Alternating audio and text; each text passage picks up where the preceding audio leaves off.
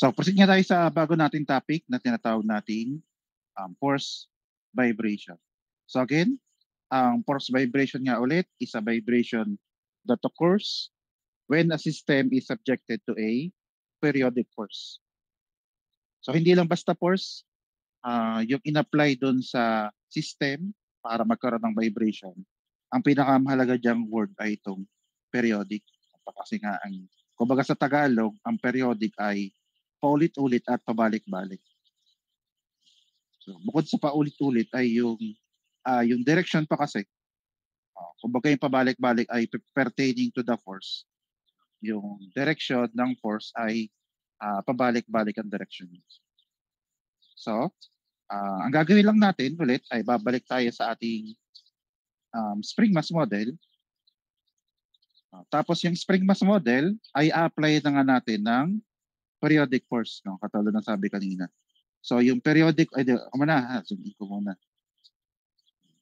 Zoom in ko. So ito nga yung ating spring mass model, itong nasa tabing ito. Tapos, yung mass ay in-apply nga natin ng periodic force. Itong letter P na to, ito yung ating periodic force.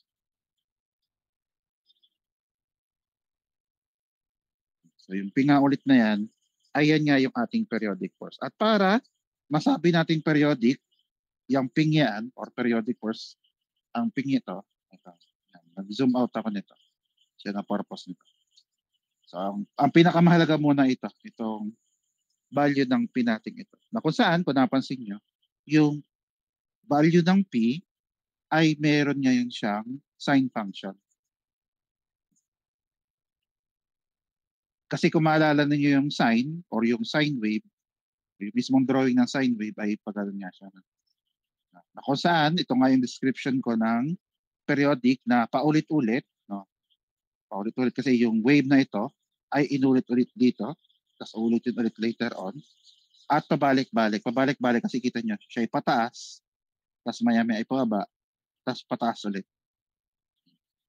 Yun. Kumbaga taas baba yung kanyang direction. No? Kaya kailangan yung ating periodic force ay merong sine function. Then dahil nabanggit na rin yung sine, yan ay syempre merong frequency, yung omega. Pero hindi lang basta frequency, zoom in ko lang para makita nyo yung letter. At pangit kasi yung na-screenshot ko. Ayan. Kung napansin nyo, siya ngayon ay omega F. Yan, hindi na omega N ha. Siya ngayon ay omega F. Ang ibig sabihin ng omega F na yan ay forced circular frequency.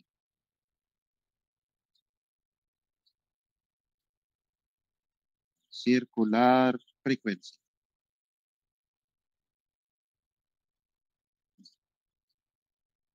So ang ibig sabihin yan yun nga, frequency. Yung dalas ng pagtaas-baba nung sine wave. Yan. Parang same idea nga rin sa omega N. Yun nga lang, yun ay omega N. Kumbaga yun kasi ay natural circular frequency. Yung kasing natural circular frequency ay iba pa sa forced circular frequency. Itong forced circular frequency ay naka-apply lang mismo doon sa periodic force. Hindi siya doon sa system. Kumbaga yun na lang, pinakamadali na lang ay siya yung mismong frequency nung periodic force na nagpapayugyug doon sa mass. Tapos, yung T, yan yung time. Then yung P sub M, walang particular na pangalan niya. Basta yan na lang. Yung P sub M ay yung maximum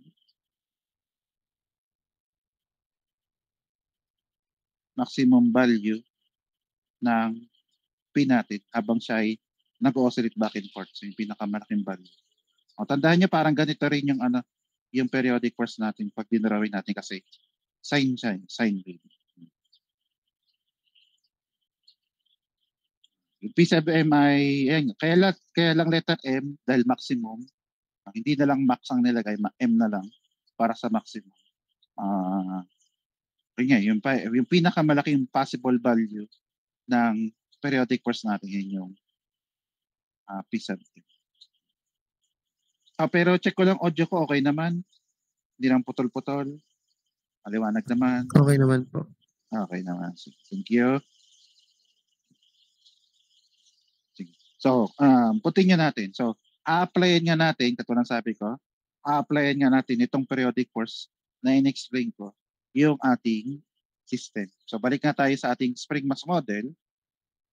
At dahil bumalik tayo or may bago tayong type ng vibration, ay babalik ulit tayo sa pag-derive. Yan. Kaya magsisimula ulit tayo sa state ng equilibrium, then later on ay state ng vibration. So, yun nga, state ng equilibrium muna. So, itong picture na to ay aayusin ko pa. Kaya hindi ko pa rin to ma-release itong PowerPoint ko. Kasi yung drawing na to is particularly under siya ng vibration kasi kita niyo naman the acceleration. Dapat naman nga yan ay hindi gumagalaw. So, ayusin ko pa yan para maging maliwanag. Pero sa ngayon, ang gagawin ko muna, tataklabang ko na muna. Acceleration na to ay wala muna yan. Tataklabang ko muna. Kasi pinag-usapan naman natin ay equilibrium. Tapos, ito ring X na to. Yung X kasi yan ay nag-exist kapag tinulak natin nga po from state na equilibrium. Kaya ano muna yan. So, sa halip na ito ay state na equilibrium, dapat yung nandito pa yan, yung unstretched state. Unstretched state, tapos ito yung state na equilibrium natin. Yan, ito. Unstretched state, tapos state na equilibrium. So kaya lang siya, yung kumbaga ngayon, i-explain ko lang ang tension ng force natin dito ay dapat ay equal lang sa K delta ST. So equal siya sa K delta ST. Yeah. So, balik na tayo sa state na equilibrium na kung saan yung force na pag-uusapan nga lang natin ay purely vertical. Kaya yung gagamitin lang nating equations, doon sa equations ng equilibrium ay itong summation ng force y lang. So, ito nga gagamitin natin, summation ng force y, which is equal to 0. And then, gawa tayo ng FBD. So, ito nga yung FBD natin. So, again, katulad ng sabi ko dati sa spring mass model, so dapat nga nandito yung unstretched state. So, itong deformation na to, yan yung delta ST. Dahil nga nilog natin yung mass papunta sa kanyang state na equilibrium. Then, yung periodic force natin, ito, kasi in-apply nga natin siya dun sa ating mass. Kaya yan. Yung periodic force. At syempre, ito nga ay mass, kaya nga siya tinawag ng spring mass model. So kaya yan ay may weight. May weight, yung periodic force, at yung tension ng ating spring. So again, balikan ko lang ulit na para dun sa component na to. So dahil WT at yung T. Yung T, ito, ay equal nga sa K delta ST. Tapos yung weight, ay hindi natin papalitan niya ng mg. Ang weight ay weight pa din. So hindi natin ito papalitan ng mg, ang weight, again, ang weight ay weight pa din. Pero kung napansin nyo ngayon, yung ating periodic force, sabi ko nga dito ay equal nga siya sa P sub m sin omega ft. Pero ngayon, ay ginawa ko siya 0. So, bakit parang hindi magkaparehas na? Hindi magkaparehas. Okay. So, explain ko muna ibig sabihin ng 0 ha. Itong 0 na to, ang ibig sabihin ay wala muna tayong periodic force na i-apply. Bakit hindi muna natin i-apply yung periodic force na yon? Di ba sabi nga kanina, dapat ay merong nakapalay na periodic force doon sa system natin. Which is ito nga yung ginawa ko, nilagyan ng P. Kasi pinakita nga ulit yung equation ng periodic force. Ngayon kasi, katulad ng sabi ko, yung periodic force kasi ay pabalik-balik. So itong nakikita nyo yung direction na to, which is pababa, kaya lang yan ay pababa para lang masundan ulit yung positive direction natin. Ito nga ay matagal na, matagal. Kumbaga nung dati pa, nung tayo nag-spring mass model, na-explain ko naman na ang ginagamit nga natin kapag naka-vertical yung motion ng spring ay pababa ay positive. So, pababa ay positive. So para lang hindi natin problemahin yung direction na yon, para sa ating periodic force, ayan, pababa na rin ito. Ang purpose lang kaya yan ipababa para masunod ito. Pero, yung periodic force sa ngayon ay pababa. Kasi nga, yun ang behavior ng sine function. No? Ngayon ay pababa. No? Yan ay pahaba ng pahaba yung length ng arrow na yan hanggang sa maabot niya yung P sub m. At pag na-reach na yung P sub m, iikli na yun ng iikli. Same direction pa rin, pababa pa rin, pero iikli ng iikli hanggang maging zero. Tapos pag naging zero, edi siya ngayon inakaturo ng pataas. Na unti-unting mahaba ulit yan, hahaba ng hahaba hanggang ma-reach niya yung value ng P sub m. At pag na-reach niya yung value ng P sub m, iikli na ulit. Kaya nga sabi ko kanina, ang periodic force ay pabalik-balik. Kasi sa ngayon, ang naka-indicate dyan na periodic force ay pababa. Pero later on, pwede rin niya mag-move ng magiging arrow pataas. Kumbaga yan nga, ngayon ay pababa, pero maya-maya ay pataas, tapos bababa ulit taas. At yung arrow na kasi yan yung dahilan. Kaya hindi natin malagay yung periodic force na yan. Kasi isipin niya kung yung arrow na yan ay naka-apply mismo sa mass na ito, di ibig sabihin, hinihila niya pa ba yung mass, then later on, nahihilahin niya pataas. Taas baba, taas baba. So sa may salita, pag in-apply natin agad itong periodic force, gumagalaw na yung ating mass. Gumagalaw na mismo yung mass kasi nga naka-apply yung periodic force dun sa mass. Kung bagay pwedeng tanggalin muna natin yung spring para naka-apply lang mismo yung periodic force dun sa mass. At ayun ang dahil nga pababa, pataas yung direction ng periodic force natin ito, ibig sabihin, nagkakaroon din ng movement na pababa at pataas yung ating mass na ito. Which, magkakaroon ngayon ng conflict doon sa sinasabi natin na tayo ay nasa state ng equilibrium. Na dapat nga ay hindi siya gumagalaw para magkaroon ng state of equilibrium.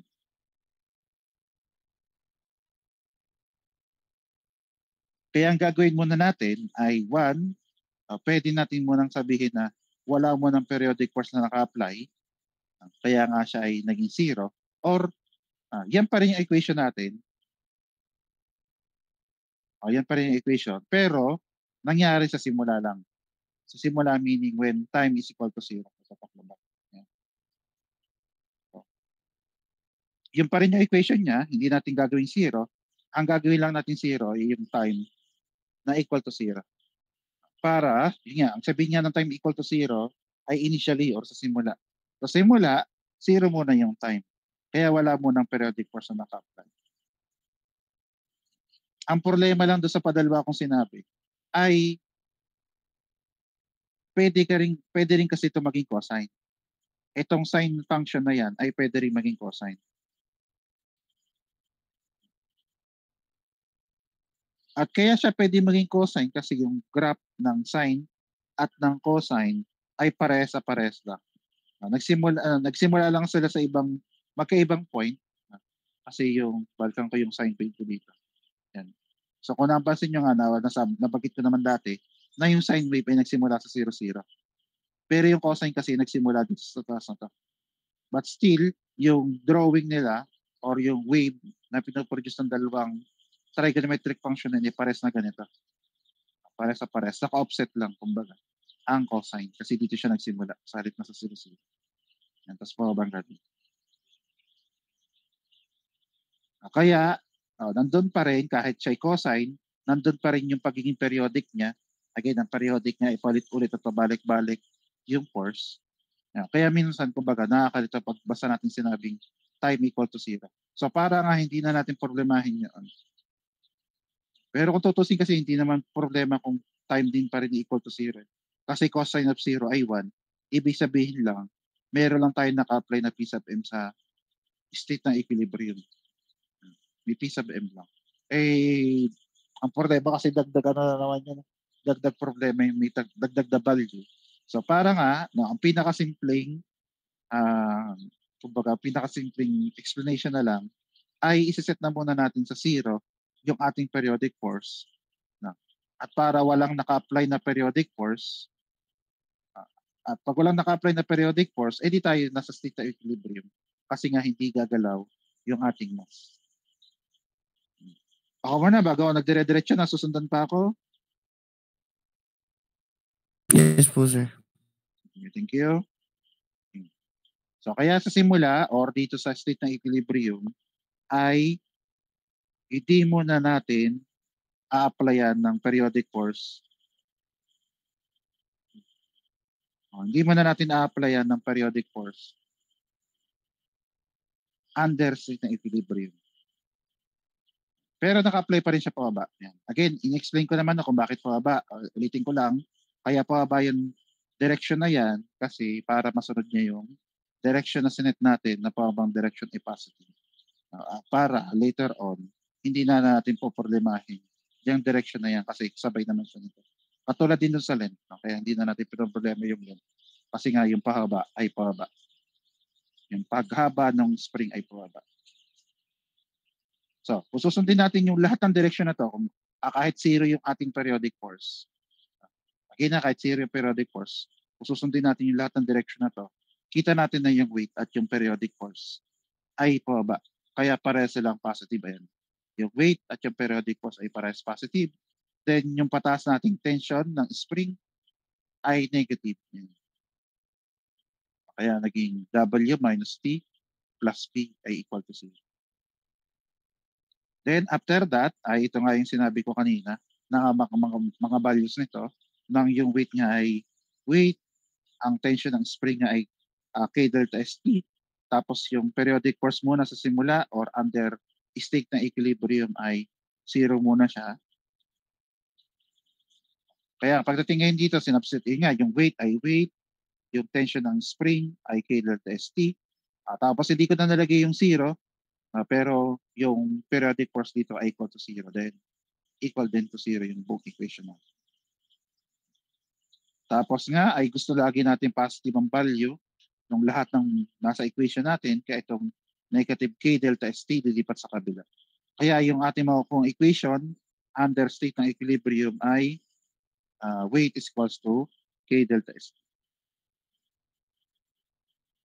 So weight is equals to K delta ST. Tapos yan nga yung equation na nakuha natin sa state ng equilibrium. So proceed ngayon tayo sa state ng vibration. Naulitin ko lang, yung drawing ngayon na ito, tama na to. Kasi galing nga tayo sa state ng equilibrium, ihilahin nga natin pababa ng kaunti yung ating mass para magkaroon ng oscillation. At ayun na, dahil magkakaroon siya ng oscillation, magkakaroon ngayon siya ng vibration. At dahil ngayon siya gumagalaw, yan, gumagalaw, kaya ang ating summation ng force na gagamitin nga ulit yung summation ng force Y. Pero ngayon na equal siya sa MAY. MAY. Para magpare sa direction yung acceleration at yung force natin yun.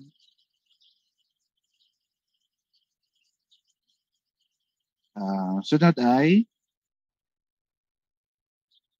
hindi. Ngayon nga pala, no, yung positive direction pa rin ay pababa dahil na vertical yung ating spring. Yan. Tapos yung lahat ng force na ito. So FBD ng lahat ng force. Again, at na sabi ko kanina, ang periodic force ay pababa muna para masunod yung positive direction natin yung pababa. At syempre, nandun pa rin yung weight na pababa. At yung tension ngayon nating spring ay yung initial deformation hanggang ma-reach yung state of equilibrium at itong dagdag na to na deformation ito.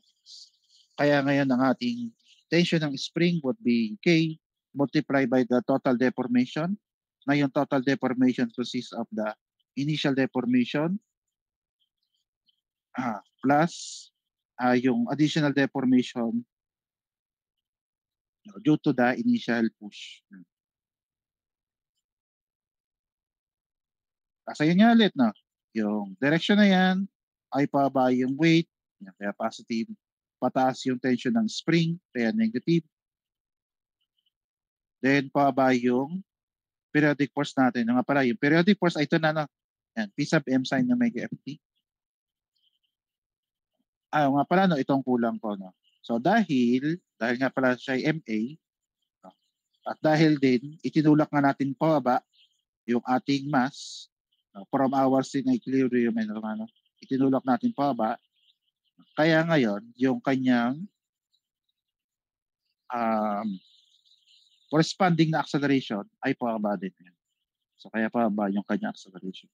At dahil lang pababa nga, sabi natin, pababa ay positive, so ito dapat ay hindi ko diniretso. Dapat ay pinarenthesis ko muna. Tapos, pababa ang acceleration, kaya plus acceleration ay.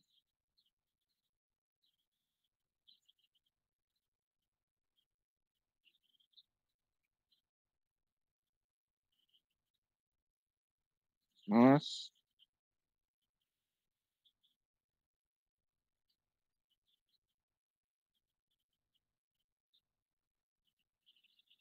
o yan. So ito nga yung ating summation ng force.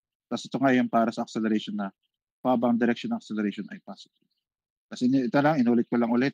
Yung weight ay hindi natin papalitan. Ang weight ay weight pa din. Ang tension ng spring nga ito, K delta ST plus X. Tapos ang P ay yung P sub M sin omega. Tapos, substitute lang natin itong dalawang ito doon sa equation. Again, yung weight ay weight pa din. Yan, yung weight ay weight pa din. Ang tension ng spring nga ay ito, yung K multiplied by the total deformation. Tapos yung ating periodic force ay ito nga P sub M sin omega F. Tapos ito na may positive, kaya pwede express na lang natin siya as M times A kasi positive naman yun. Then sunod na gagawin ay i-distribute yung K doon sa loob ng parenthesis. So kaya nagkaroon nga tayo nito, K delta ST na negative. Tapos ito rin negative, positive, kaya rin ito negative. Tapos K times X. Okay. Then pagkatapos may distribute yung K, ay babalikan nga natin yung equation na nakuha natin sa state na equilibrium, which is ito. Ayun. Sabi nga natin doon, ayan, palagay naman, at state of equilibrium, sabi nga natin ay yung weight ay equals to K delta ST. Yung weight ay equals sa K delta ST. Yung weight na yun nga, itong weight na yan, weight na yun. Then yung K delta ST ay K delta ST. Sabi natin ay parehas sila. So ito ay parehas dito. Pero, pinagmaminus nga natin. So yung magkaparehas na value ay pinagmaminus natin dito. Yan, parehas na value. Pinagmaminus. Kaya itong dalawang ito ay equal na to 0. Yung dalawang yan ay equal na to 0. Tapos, for the sake lang ng space, kasi ano, kulang or kapos na ako sa space, di isinabay ko na rin na yung ating acceleration nga ay equal nga sa x double prime. Yun na, kulang na kasi sa space. Ayan, nadulo na kasi ito ng papel sa PowerPoint. Kaya siningit ko na rin dito na yung acceleration nga natin ulit ay equal sa x double prime. Kaya sabay-sabay na una, nawala na nga ito, yung W minus K delta ST, naging 0 na nga. Kaya natira itong negative Kx at yung P sub M sin omega ft. Tapos yung kabilang side naman ay from MA, naging MX double prime. Tapos sabi ko naman lagi, ay gusto lagi natin positive lahat ng value ito. So itong negative Kx na to, lilipat sa kabila kasi ito positive naman. So lilipat natin yung negative Kx sa kabila, then pinagpalit ko lang ng pwesto, kaya yung Mx nandito na. Tapos ito lumipat na, naging positive, tapos bumalik din sa kabila. Tapos pinagpalit ko rin ito, kaya nasa may right side na itong P sub M sin na negative. Tapos yan na. Yan na ngayon ng ating differential equation.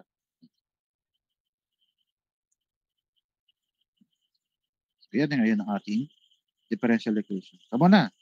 Okay pa, nasusundan ako hanggang dito? Yes po. Sige, thank you.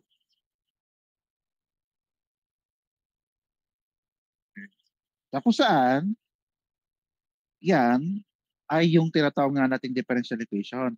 So ito na nga yung ating differential equation. Pero yung differential equation na yan ay nakita nyo na yung kalahati lang. Nakita nyo na yung kalahati niya.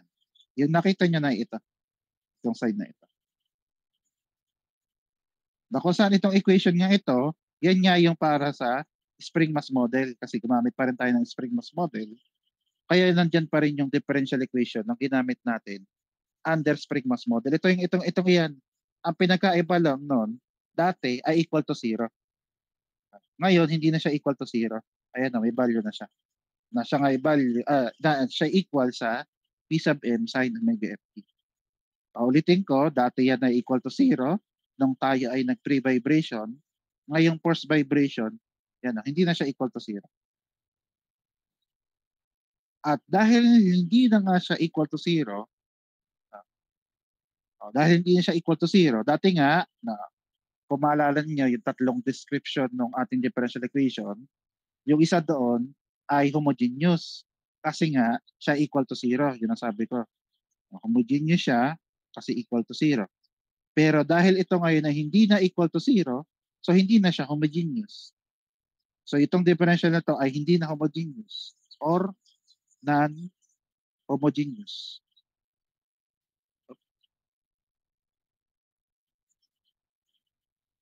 Yan. So hindi na siya homogeneous kasi hindi na siya equal to 0.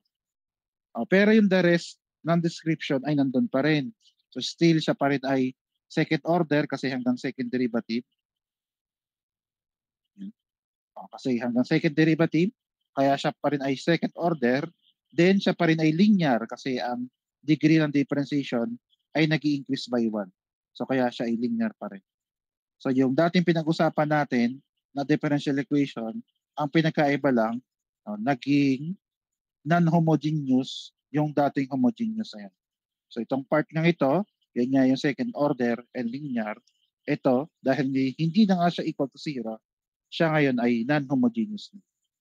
At ayan na, katulad sabi ko, bago natin malaman yung general solution or alamin kung paano kunin ang general solution, kailangan nga ay alam muna natin kung anong type ng differential equation.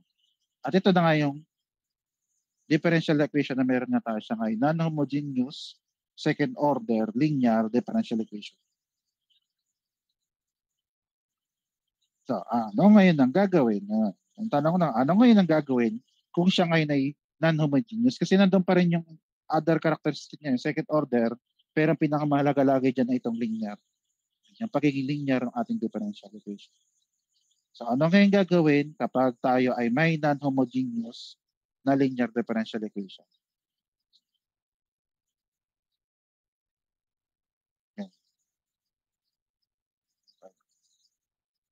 Basta tatandaan nyo na lang, basta pag equal siya sa 0, homogeneous siya. Yun ang kasi nakikita kong explanation din sa internet. Basta yung differential equation natin, specifically yung linear na differential equation ay equal to 0, yung kasi ay automatically homogeneous. Itong second order kasi ay nakadepende lang siya sa highest derivative. Kaya kumbaga, ang pinag-uusapan talaga natin ay linear differential equation. Yan. Kaya yan talaga yung constant talaga all throughout dun sa ating differential equation. Kaya magkabago na lang ay kung non-homogeneous, pero usually kasi dahil hanggang acceleration lang tayo, edi second order lang siya. Kaya yan yung natitira. Pero pwede pa rin mag-extend hanggang third. O basta hindi ko na kayo guguluhin. Basta ang pinag-uusapan natin linear differential equation, tapos dati ay homogeneous, ngayon ay non-homogeneous. So dahil alam na natin ang pangalan nitong differential equation na to, edi masasolve na natin yan. Dahil alam na natin. So para natin sasolvein? So para masolve ang non-homogeneous na linear differential equation, ito inulit ko lang ulit. Ito ay kinopya ko lang ulit para hindi ako pabalik-balik na ganun. Doon sa kabilang page. Yan. So kinopya ko lang ulit yung kanina equation. So ito nga ulit yung ating differential equation. Tapos itong x na to, yan na nga yung ating general solution. At ulitin ko, kaya ito naging x kasi yung itong left side na to or itong derivative na to at yung position ay in terms kasi ng x. Yan, parang silang in terms of x. Kaya yan, ang letter na ginamit natin para dito, yun nga yung ating equation para sa general solution. Na yung general solution ay mahati sa dalawang type ng solution. Ito, kapag na napansin nyo dito. So, mahati siya sa dalawang type ng solution. So, yung unang solution, yung x sub p at x sub c at x sub p. So yung x sub c ay yan yung tinatawag nating complementary solution. Complementary solution. At yung x sub p, yan naman ay yung particular solution. Ulitin ko, ang ating general solution ay mahahati sa dalawa. Isang tinatawag nating complementary solution at isang particular solution.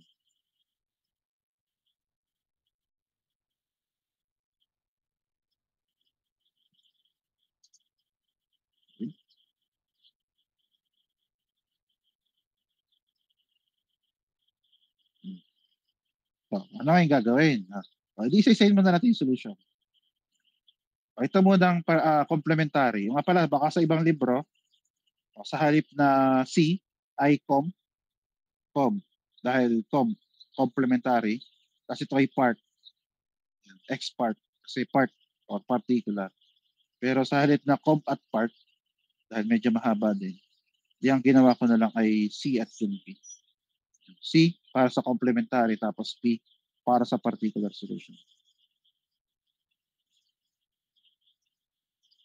Tapos, ang gagawin nga natin ay lagi natin inuuna yung complementary solution.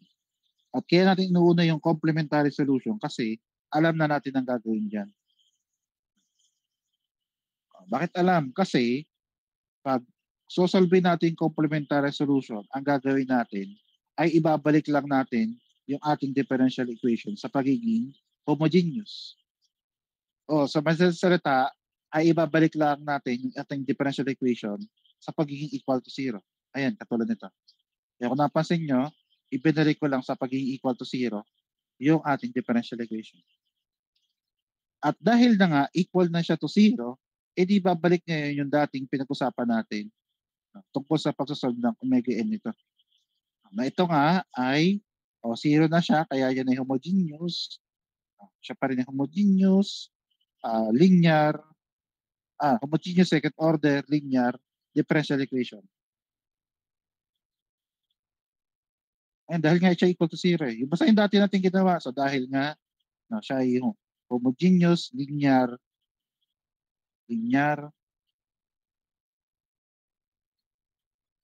ayun, second order. So second order, homogeneous, linear differential equation, alam na nga natin na dapat ang kanyang corresponding general solution, pero dahil siya ay under ngayon ng complementary solution, yung dating general ay part na lang siya na tinatawag na nating complementary solution. So ayan.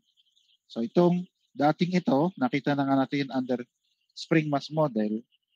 Ayan. At ang ating equation niya para dito, or yung general solution, ay ito nga C sub 1 sin omega nt plus C sub 2 cosine omega nt.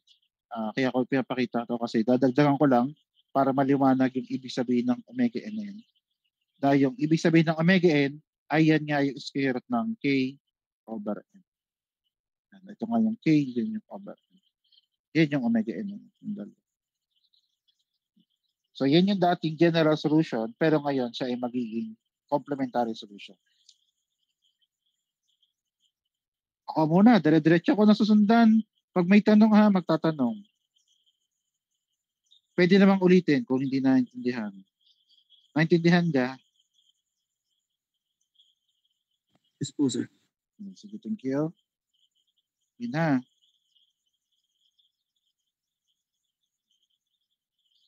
Ulitin ko lang ulit, under complementary solution, ang gagawin natin, yung dating non-homogeneous, ito, kumbaga sa meseta, itong dating hindi equal to zero, ay gagawin ngayon natin equal to zero. Sige na sabi niya, dahil siya hindi equal to zero,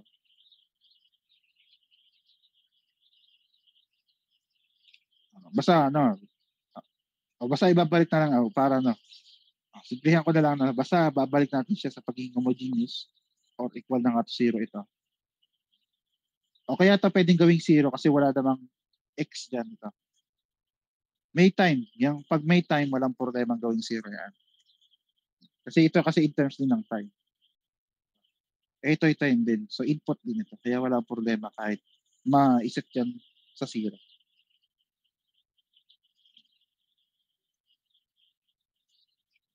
Tapos sabi niya, ayan, basta itong Itong itsurang yan ng equation na yun yung dating ginawa natin. Na para nga makuha itong omega ni square equals sa square root ng k over p. Yan. Hindi ko na lang ulitin. Basta yan ay dati nagawa na natin. Yung equal to 0 na yan. Tapos, ang sunod ay dito particular solution. Bago ako dumiretso sa particular solution, katulad ng sabi ko, itong buong equation na to, hindi yan itinapon or basta hindi yan bigla-bigla na lang sinabing equal to 0. O hindi yan bigla-biglang ginawang equal to 0. Ang ginawa talaga dyan ay itong P sub m sin omega ft na to ay itinabi lang natin sa isang folder. Ito. So itong Q of t ito ay yan yung f of x. Kumbaga yan ay function. No, function of time. Yan, function of time. Ang katulad sabi ko, itong Q of t na to, yan ay folder lang ng function na itinabi natin, kaya kailangan natin itabi para siya nga ay maging 0. So ulitin ko lang, isa pang ulit, hindi nga natin ginawang 0 itong buong equation na to. Ang ginawa natin itinabi, tapos itinabi, yan, inilagay na siya equal to 0.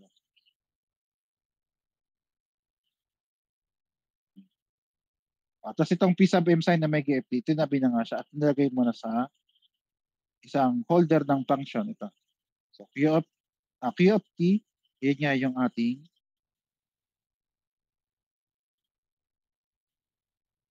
function na tinabi kanina na para siya ay maging 0. Pero itong pagtatabing ito, hindi lang dahil ginawa natin 0. So itong pagtatabing ito, yan yung magiging basihan ng ating para sa particular solution. Pagdating sa particular solution, katulad sabi ko, nakadepende siya sa itsura nung equation na itinabi ito. Yung mismong equation ng x sub t. So depende siya sa itsura nito.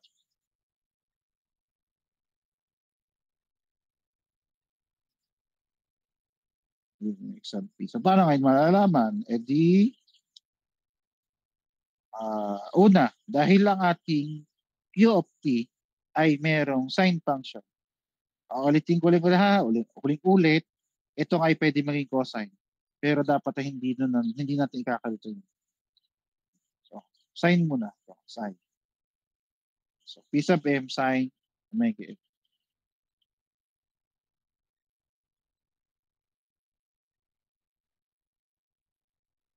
Kasi nga dyan nakabase yung ating equation para sa x sub t o yung particular solution. Ito, yung mismong itsura ng function na ito. So, kung napansin nyo nga, ang ating function na itinabi kanina ay may sign.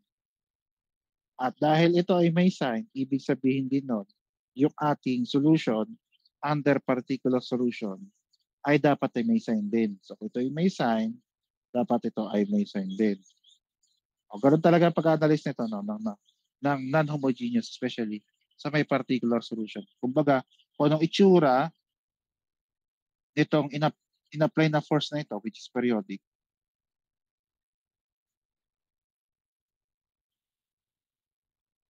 periodic. Ito yung sine function para sorry. So, kung namang function, which is sine, yan yung magiging basihan ng ating equation ng x sub t. Yan. Itong particular solution. Ito yung siya nakabase.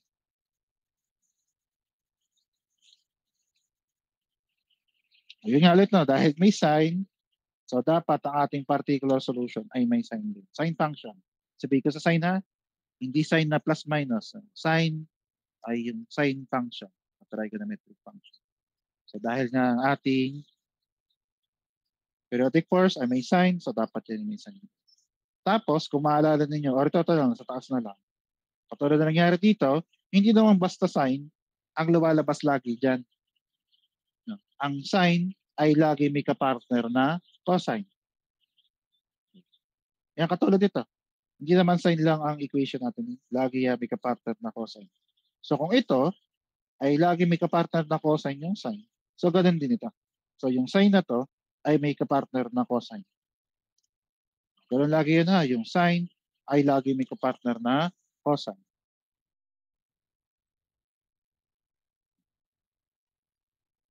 Kamu na, nasusundan pa ako ha? Kamu na, pareha nga tayo. Ayan. So, thumbs up nga na tayo. Kung nasusundan pa ako, thumbs up tayo. Ayan, salamat.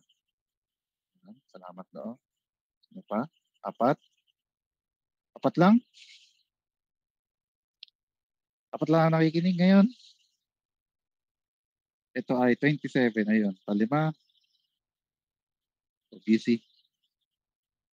O, paanin. Yan. Humabol si Andreas. Anyway, sige.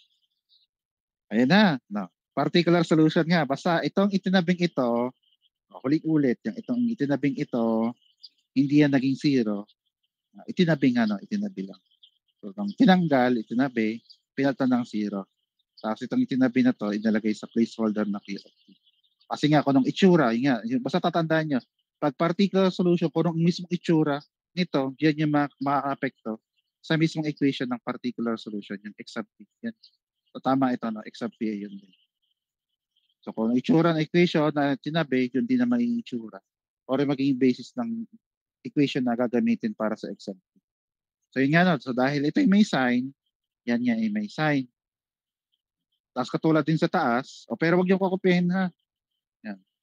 Wag kokopyahin. Gagawin, pagbabasehin lang natin ito. Kasi kung napansin nyo, yan, magkapares sila ng itsura. So, kung ito may sign din, so dapat ay may plus din siyang cosine. Tapos kung napansin nyo, may omega n, pero hindi omega n kasi yung nasa Q of T ay omega ft. At katulad sabi ko, yan nga yung pagbabasehan natin. So, kaya ang gagamitin ay ito, omega ft na to. Kaya ito ngayon ay may sign, omega ft. Tapos ganun din doon sa cosine. Yan. Cosine, omega ft din. Sine omega ft tapos cosine omega ft. Then tapos ay katulad din nung ating yung nasa taas na yon. O katulad sabi ko, huwag kokopyahin. Pero basihan natin, no? Kasi kung napansin nyo, etong taas na to ay merong C sub 1 at C sub 2 na tinatawag nating arbitrary constant. So kung yun ay may arbitrary constant na C1 at C2, so dapat meron din tayong constant pero hindi na arbitrary. Yan. Kaya hindi natin kokopyahin na C1, C2 rin. Hindi rin letter C. Kukunin lang natin yung idea na dapat ay may constant sa harap ng sine cosine. Kaya ang letter na ginamit natin ngayon ay A1 at A2. A1 at A2. So constant, wala siyang tawag. Hindi ko kung meron man hindi ko matandaan pero alam ko walang tawag ito. Itong A1 at A2. Basta siya constant under ng particular solution. No, kaya rin siya hindi na nalagyan ng tawag kasi ang pinagkaiba nito dito sa sing ito, yung C1 at C2, tandaan nyo, nakukuha lang yan kapag meron na tayong initial value. So hanggat walang initial value, yung dalawang yan ay mananatiling C1 at C2. Yun ang tatandaan niya. Hanggat walang initial value na nakalagay doon sa ating problem, yan ay hindi natin makukuha yung value ng C sub 1 at C sub 2. Kasi yan ay nakadepende sa initial value.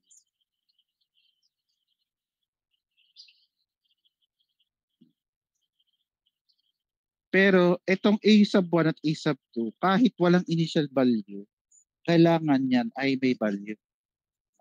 Hindi yan pwedeng manatiling A1 at A2. Yan. Yun ang pinagkaiba nito. Kaya hindi ko ginawang C. Kasi ang C1 at C2, pwedeng yan ay hanggat walang inilalagay na initial value, manatili siyang C sub 1 at C sub 2. Yung dalawang yan. Pwede yan mag-stick na C sub 1, C sub 2. As long as walang initial value na inilagay doon sa problem.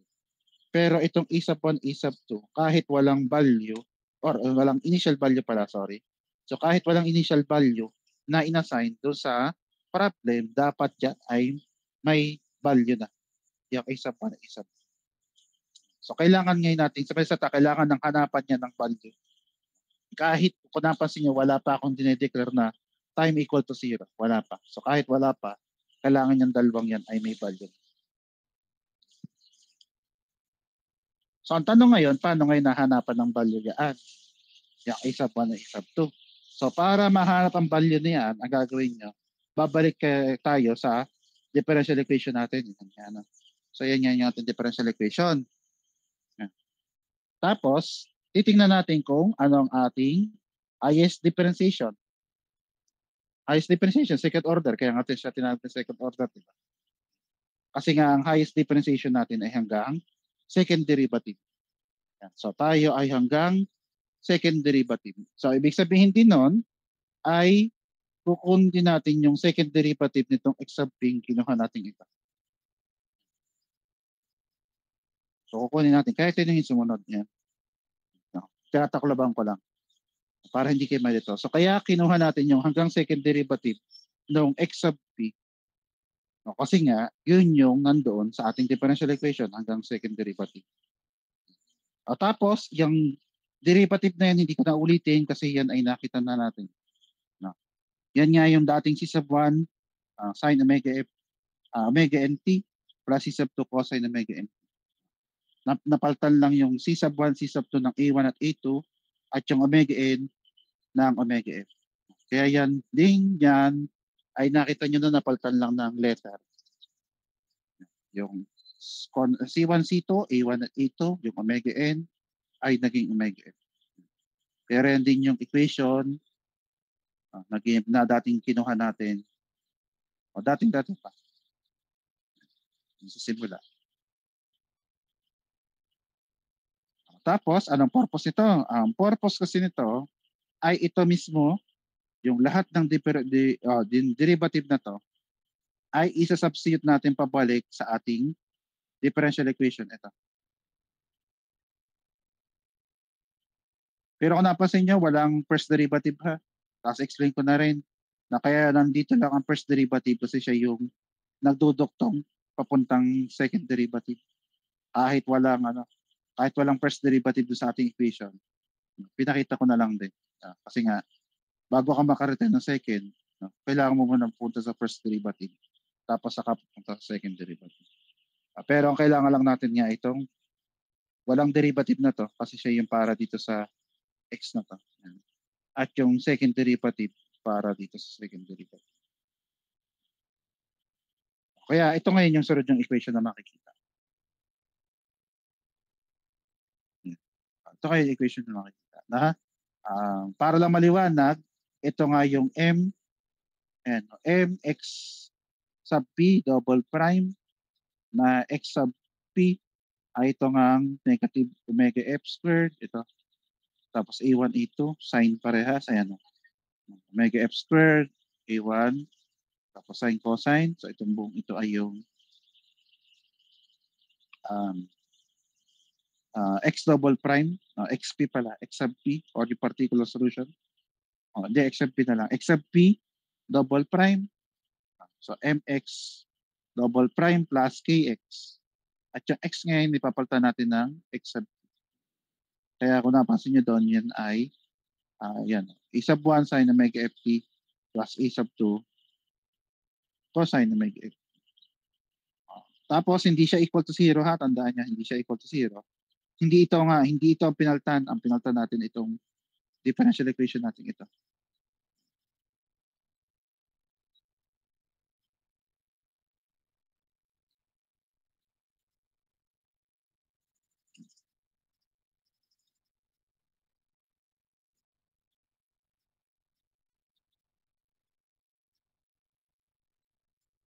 Hindi, dito nga pala. So, basta itong kabilang side na to ay mananatiling p sub m sin omega ft.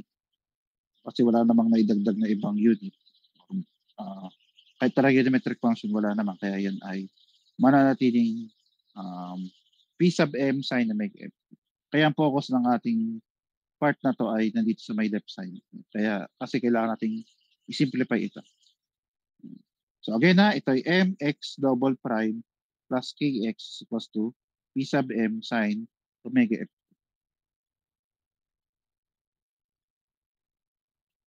So ang gagawin ay ito muna, yung m ay i-distribute natin dun sa loob ng parenthesis.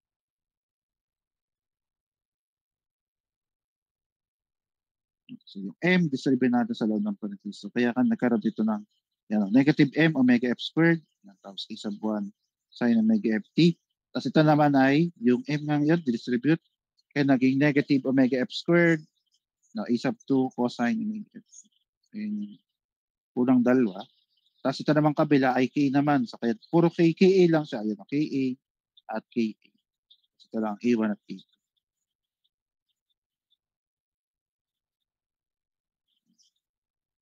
O ito ha, basta ito, distribute lang yung nasa labas na k at yung end sa loob ng parenthesis.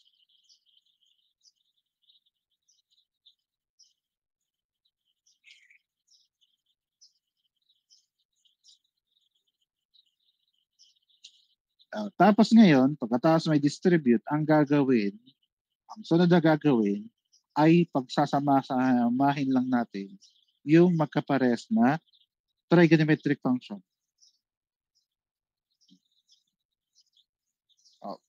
Pagtatabi-tabihin muna natin. Pagtabi-tabihin natin yung magkaparehas na trigonometric function. Kaya itong sine na ito ay tatabi natin sa kanyang kapwa sine ito. Yun lang nangyari dito. Pinagtabi lang natin yung sine niya kaya hindi nagalaw ito. Ito inilipat dito. Tapos yung cosine na to hindi ko na ginalaw. Pero itong cosine na to, yan yung nilipat. Sumasata itong dalawang ito. Pinagpalit lang natin ng pwesto para itong sine, katabi niya yung kapwa sine. Yung cosine, katabi niya yung kapwa cosine. At katulad sabi ko na walang nangyari kasi dito kasi siya naman ay p sub m sine na mega ft. Kaya itong right side na to, walang masyadong nangyari dyan. So siya ay mananatili pa rin p sub m sine na mega ft.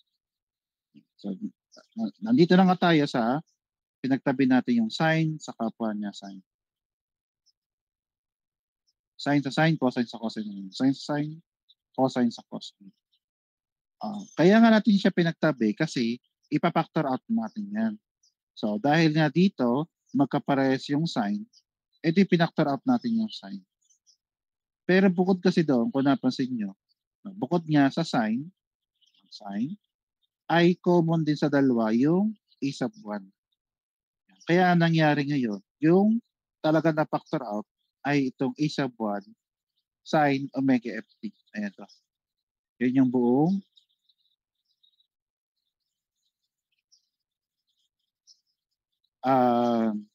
na-factor out. Yun nga yung buong na-factor out. A sub 1 sin omega ft.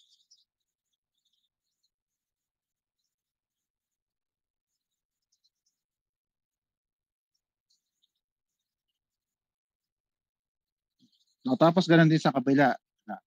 Ang common na naman dito ay yung cosine omega ft. Pero bukod sa cosine, ay common din sa dalawa yung a sub 2. Kaya ngayon, yun yung buong pinactor out. Yung a sub 2 cosine omega ft. A sub 2 cosine omega ft.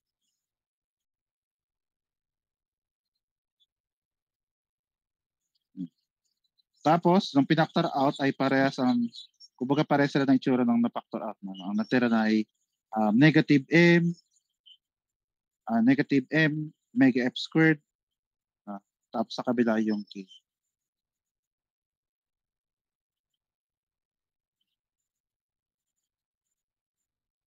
So, yan. Parehas silang negative m omega f squared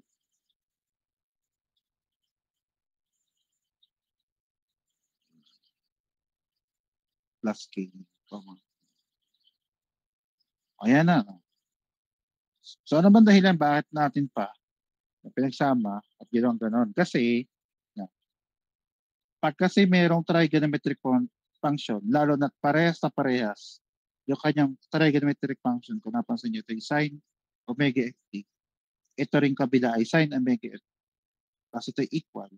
Ang mangyari dyan, yung sine omega ft sa may left side ng equation ay kaparehas ng sine omega ft sa may right side ng equation. Okay, ito yung pinag-equal natin. Itong sine omega ft na to ay equal sa sine omega ft sa may right side. At kung ganun sa sine, edi ganun din sa cosine. So itong cosine omega ft na to ay equal sa Wala, no? O di wala. Kaya ang mangyari ngayon, equal yan to 0. So itong padalawang term na to ay naka-equal ngayon to 0.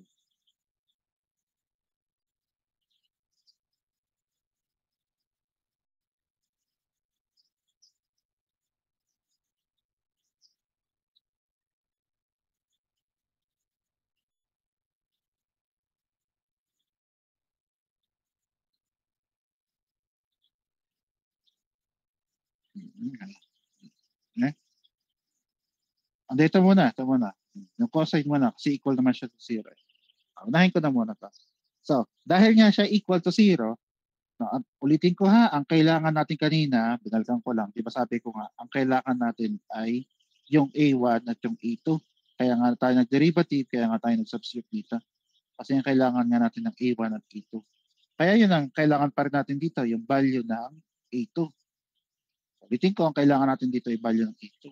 Pero dahil nga siya naka-equal to 0, so yung lahat na naka-multiply sa A2, i-divide mo lang sa 0. Yan. Eh di kung ano mang value ito, i-divide mo sa 0, pinang-divide mo sa 0, kasama din itong cosine, eh di siya ngayon ay 0. Kaya nakuha natin na A sub 2 ay equal to 0. Kasi equal naman to 0. Tapos, edi yung sign, yan. Yung sign, hindi na equal to 0. Equal nga siya sa P sub M sin omega ft. So, siya equal.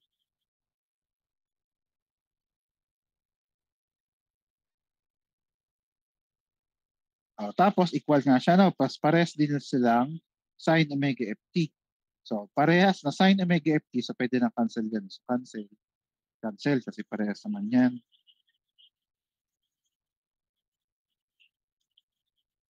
Parehas naman, no? Parehas. At katulad sabi ko, ang kailangan natin ay itong A sub 1. Kaya yung katabi niya ito, ay ipang-divide natin dun sa P sub n. Kumbaga ito, pupunta sa ilalim ng P sub n. Kaya ngayon, ang value ng A sub 1,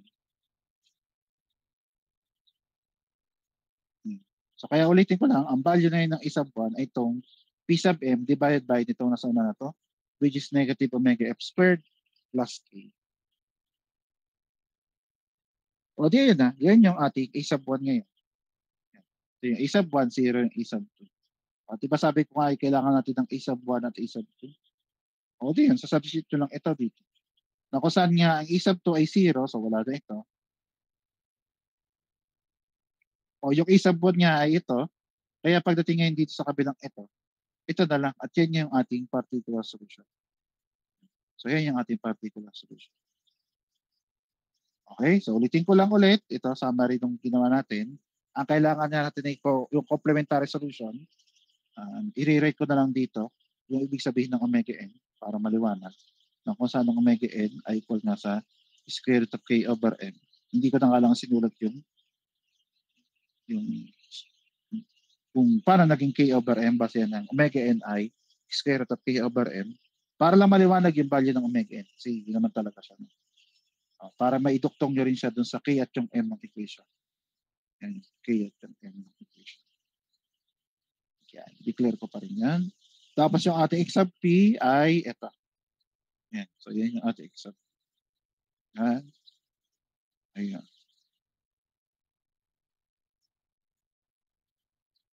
Tapos, sabi natin ang ating general solution, yung general solution ay pinagsama ng x sub c, ito, plus x sub p. O, di pag-plusin lang mo.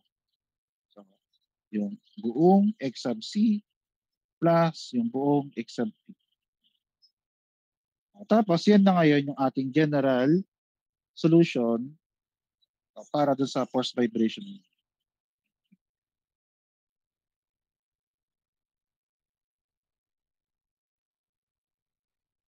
Okay pa ha? Okay pa na susundan natin? Katulad sabi ko, kung mayroong di naintindihan, magsabi. Pwede namang ulitin. May oras naman.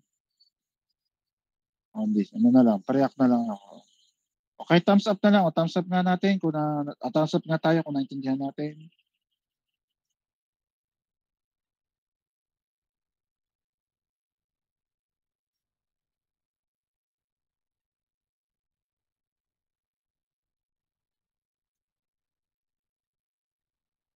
Ayun, may isa, dalawa. Dalawa lang.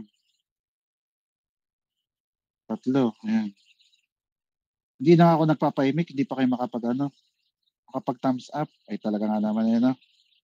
Ay naman na yun, no? O may pa, may nag-party pa, nagkamali lang siguro. O, sige, pagbigyan, magkatabi naman. Walang problema. Ayaw yung i-imik, ayaw nyo na rin magre-react. Na, napakagaigi, no? Napakagaling. Ayaw na, wala nang pansinan. Ganun na lang ang i-imik na lang ako ng i-imik. Tapos, bahala na kayo kung nakikinig kayo, hindi. Sige.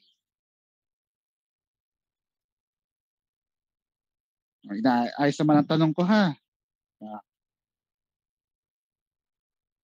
Ang problema naman kasi hindi naman to first time na nangyari, ha? Yan ang passive aggressive ang sabi ko. Ay wari ko naman yung una pala ang gayaan na kayo. Hindi ko na nga kayo pinapaimik, pagre-react ayaw nyo pa rin. Ay bahala na kayo. Ako'y sawa na magalit. Anyway, yan nga, no? So ito nga yung ating general solution, yung buong ito, no? Kasi nga yung sabi ko, no, yung X na to, yung general solution, na yung general solution ngayon mahati sa dalawa, no? Yung X sub C at X sub P. Ngayon, dito sa dalawang ito, basta na nga, yung X sub C ito, yung unang ito yung X sub P. Yan, sa dalawang yan, yung complementary solution ay tinatawag natin din na transient solution. So, kumbaga itong unang ito.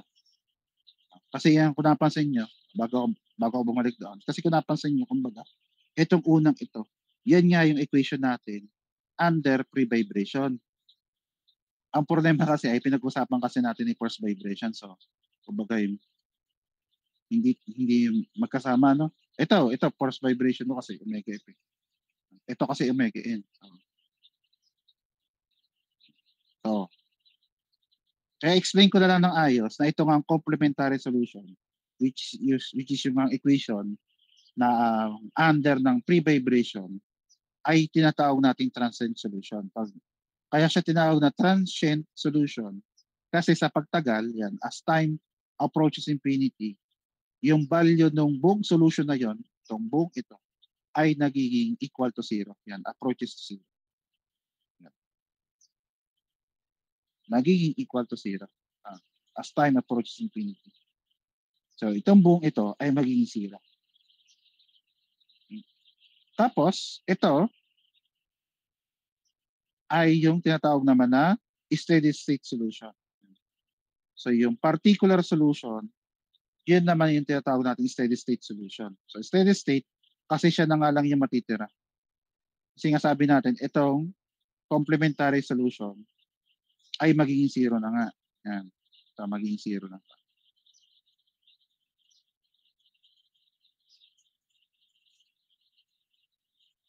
Okay? So, magiging zero na nga ito. Kaya ito na lang yung matitira. So, dahil ito yung matitira, yun na nga, yun na. The vibration that will remain, kaya nga steady state solution. So, dahil ito na ay zero na nga ito ha, itong unang ito, zero na nga yan. Kaya, ito na lang yung ating pag-uusapan. Ito. Yan nga nakalagay na focus ng ating force vibration. Ito na nga lang. Ito na nga lang ang pag-uusapan natin. Tapos kung napansin nyo, mga X pa rin ito. Again ha, ito ay gagawin ko ng zero.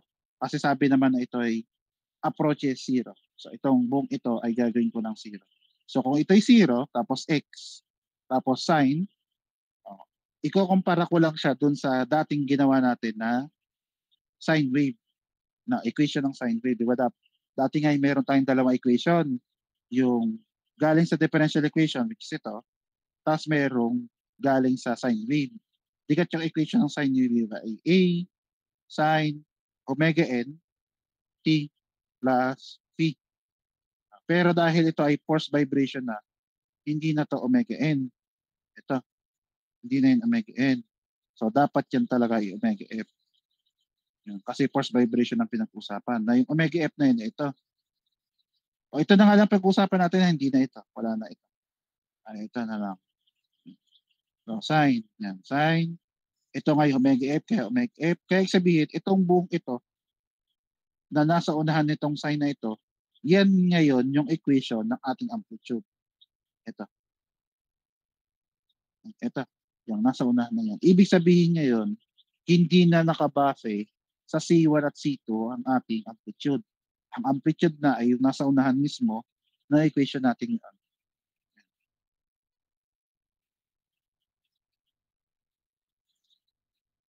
Ito na. Yung nasa unahan na yan.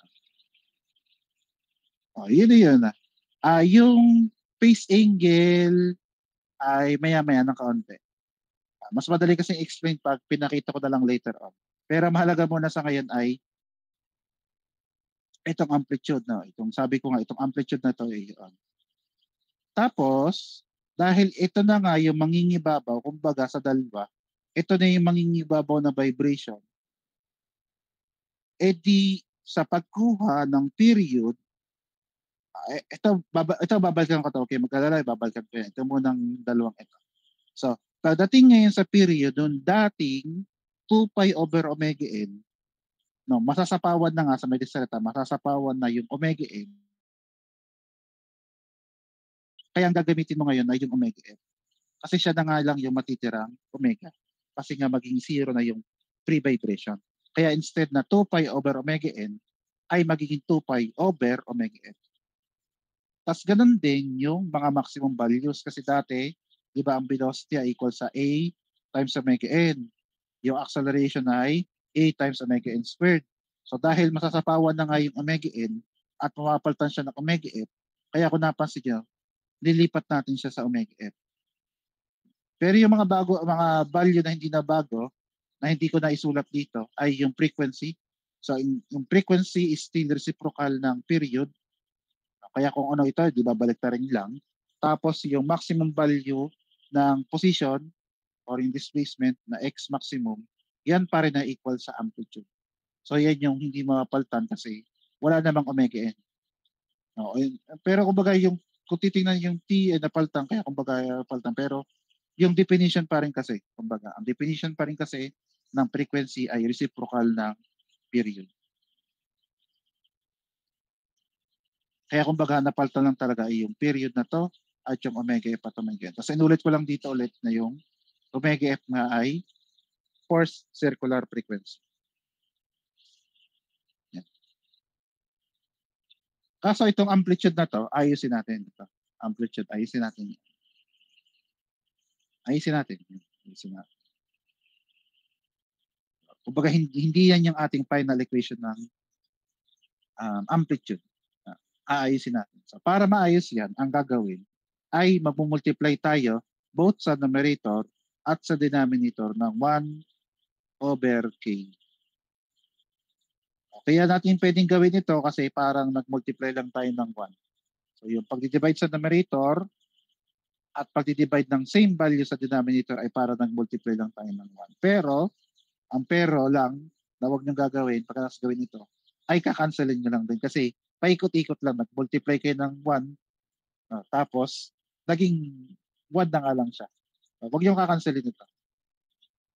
Tayo paikot-ikot lang. Pagkatapos mag-multiply, ka-cancel. Mag-multiply, ka-cancel. So, ang gagawin lang dyan ay i-multiply nyo lang ng separate yung sa numerator at dun sa denominator. Ito muna numerator muna kasi madaling intindihin. Numerator muna ha. So magkakaroon tayo ng P sub M over K. Again ha, tingnan nyo muna yung numerator. Mamaya itong denominator. Ito walang numerator. So ang mangyari lang, pag minultiply mo itong 1 over K dun sa P sub M, ay magiging P sub M over K. Na ang mangyari ngayon, dahil itong K ngang ito, ay yan nga yung spring constant dun sa ating spring. Taklaban ito. Yung K nito. Yung spring constant ng spring. O stiffness na lang. O yung stiffness ng spring. Yung itong K na. Tapos ang P sub M, at wala sabi ko, yan nga yung maximum value ng periodic force. Itong P sub M. So kung ito ay periodic force, ito ay spring, tapos i-divide natin, na kung saan kung babalikan natin yung ating Hooke's law, Pakita ko lang ulit yung Hooke's law. Sabi nga natin sa Hooke's law ay F is equals to K delta. Na yung F ay yung maximum periodic value, the maximum value ng periodic force, yung F. Tapos yung K, di yun yung spring constant. Na kung saan, na pwede nating ipan-divide yung K sa P sub M. So magiging P sub M over K, kumbaga ito cross multiply, ay equal sa delta M.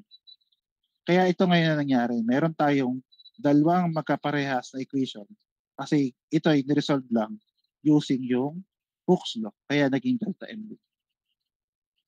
At katulad ng P sub M, itong delta M ay walang saktong pangalan.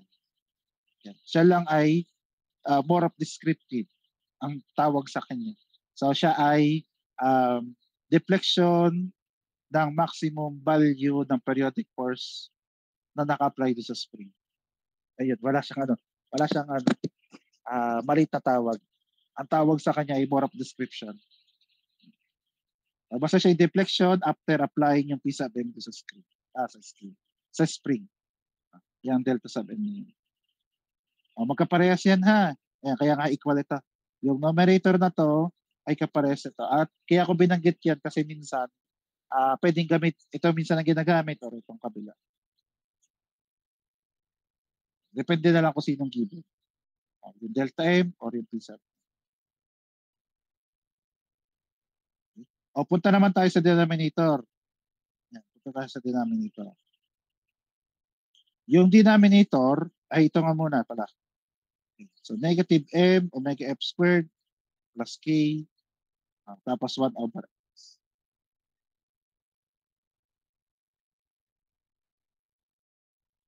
Sulat ko lang yung denominator.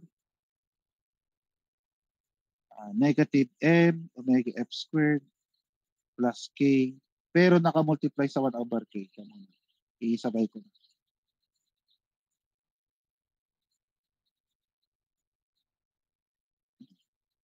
So ang gagawin ko na ay i-divide ko na itong denominator, sorry.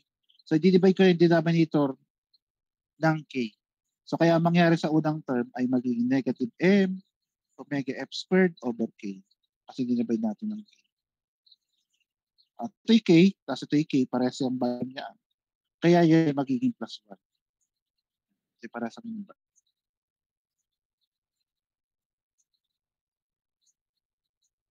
Kasi yung 1 na yan, ito yung nakikita ko ng saunahan na yun, 1. Tapos itong negative na to ay itong negative na to. Dito na lang. Pakita natin kung paano siya naging ganito. So, ang sunod na mangyayari dyan ay itong M ay pupunta ngayon sa ilalim ng K. So, magiging negative. I-rearrange ko na ha para kapares na itong itsura. I-rearrange ko lang yung denominator. Kasi magiging 1. Kasi na ito yung 1 minus 1 minus yung minus ay yun na yun ito ha. Yung omega F ay nandun pa rin. Omega F squared. Divided by yung M nga ay pupunta sa ilalim ng K. M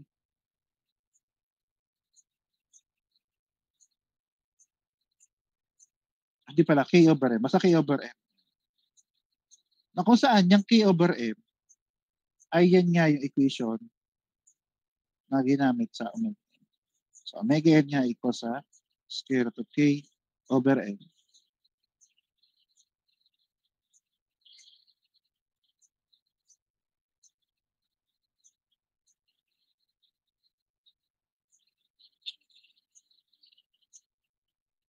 Hindi. Ito muna. No? Yung omega n nga equals sa square root of K over M. So, after natin i-square both sides, so lalabas ay omega n squared is equals to K over M. K over M, ito rin ay K over M. K over M, tapos K over M. Tapos naka-squared yun. So, omega F squared divided by omega n squared. So, since parehas namang naka-squared, di yun nga siya. So, kaya 1 minus no, omega F over omega n na naka-square.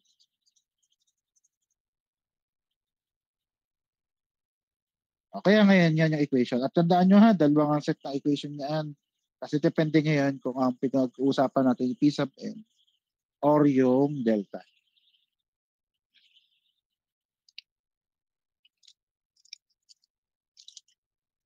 Tapos, balik ako dito sa P sub M. Yung P sub M nga, katulad ng sabi ko, naka-apply yan doon sa mass. Balik ako sa drawing. Ayan, o, naka-apply siya sa mass. Doon siya naka-apply sa mass, ha. Sabi ko, ha, naka-apply yung periodic force sa mass.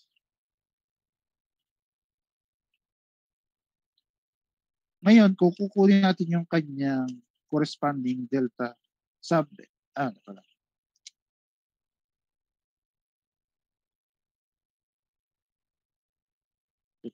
kukunin natin yung kanyang corresponding na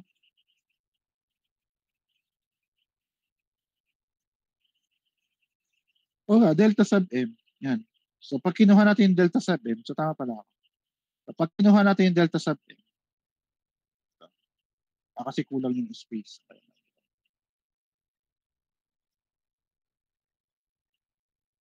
Siguro.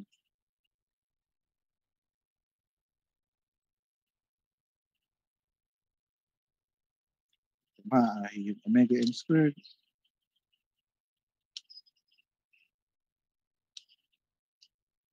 Ang gusto ko mangyari ay ipakita ito dito. Paano nangyari? Sige, dito na lang. So, katulad sabi ko nga kanina, ang P sub M, yan nga yung naka-apply na force dun sa mass. Iklihan ko na lang yung spring. So, ito nga yun, no? Ito ba?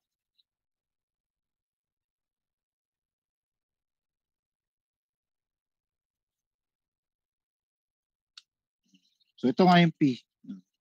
Periodic force.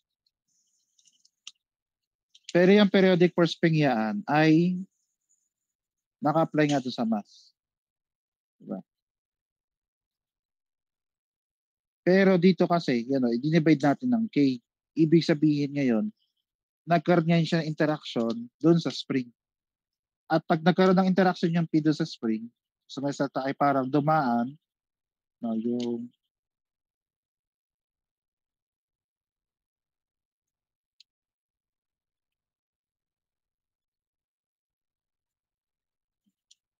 no, basta yung periodic force ay nasa mass, naka-apply yan. Ngayon, pag naka-over K yan, pwede natin sabihin na siya ay nag-pass through na doon sa spring. Lumagos. Basta nag-pass through siya doon sa spring. Tapos nandun siya sa kabila. Nasa kabilang side na ngayon.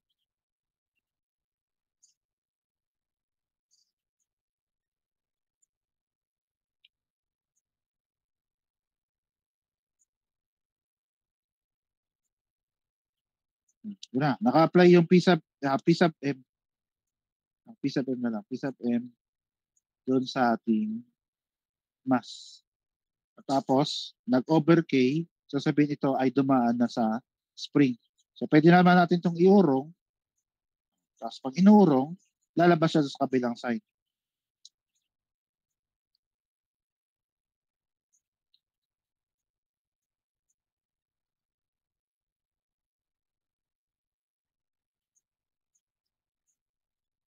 So, parang ang nangyari nito ay yung ground ngayon, yung gumagalaw. So, ang ginagamit ko dyan example ay yung kamay.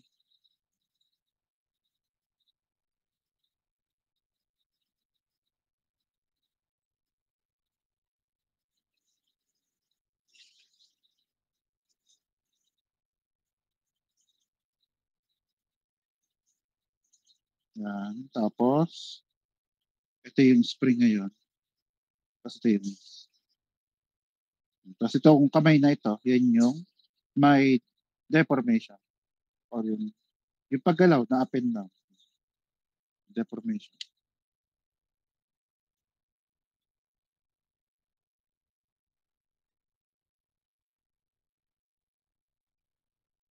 Antay nga muna. Antay na saglit, ha. Matagal lang 3 minutes. Matagal lang 3 minutes. Salamat.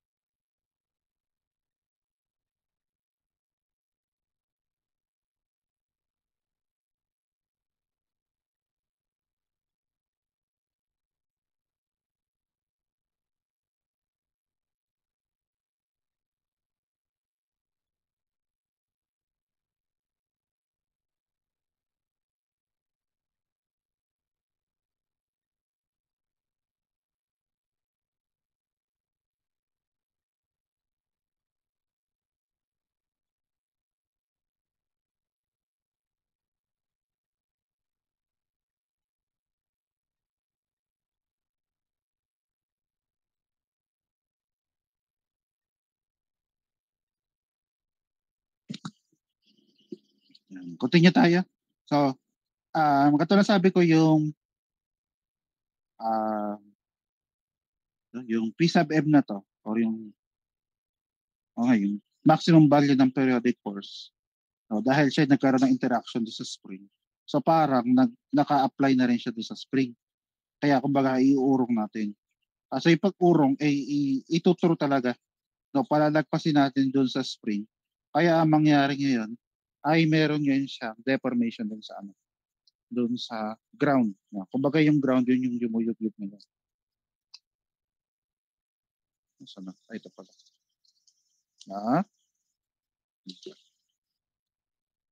Parang, ayan.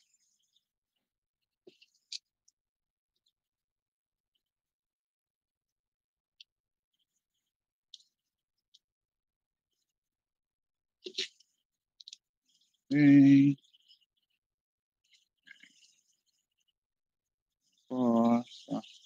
Okay.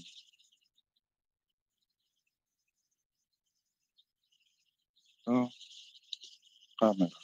Okay, camera. Focus. Ayan.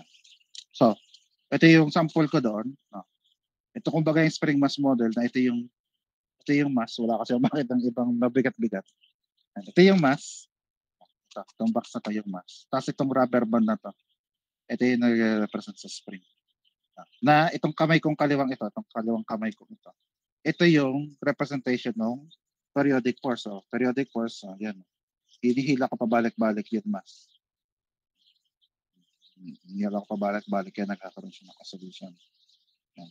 Na mangyari ngayon, yung periodic force na yon, no, pag pinadaan natin dito sa spring, ang mangyari ngayon, pupunta siya na yan sa kabilang kamay ko. Ito. Kaya nakaganon yung kamay ko. Ayan. So, ang mangyari ngayon ay niyuyugyug ko ngayon yung kamay ko. Ito. Yung dating ground ngayon ay nagkakaroon na yung pagtaas baba na yung laki ng itinataas baba nito. Yun nga yung delta F na sinabi ko. Kalimutan ko natin lang yan. Ayun na yan. Yung laki ng ginalongan ng kamay, yun na nga yung delta M na to. Basta kasi nga kailangan ay nasa mas lagi yung periodic force na yan. Application ng periodic force. Na pag dumaan ngayon siya sa spring, edi ito ngayon siya. Meron ngayon pag move up and down ng yung value or yung laki ng pag move up and down niya, itong delta sub n na yun. Kumbaga ay dahil siya ground yan. So pwede natin din siyang parang ihalimbawa sa earthquake. No, kung gaano kalaki yung iminob nung paggalaw ng ground, no, yun yung delta F. Right. Ano pa bang kulang dito sa equation para kompleto na kasi may phase angle na lang. Mamaya yung phase angle. No, kasi ang kapartner ng amplitude ay phase angle, ang kapartner ng period ay itong frequency, tapos itong kompletong maximum values. Wala kasi naman siyang ibang equation kasi isa naman niya yung matitira ito. Ito na rin. Ito na rin. Kaya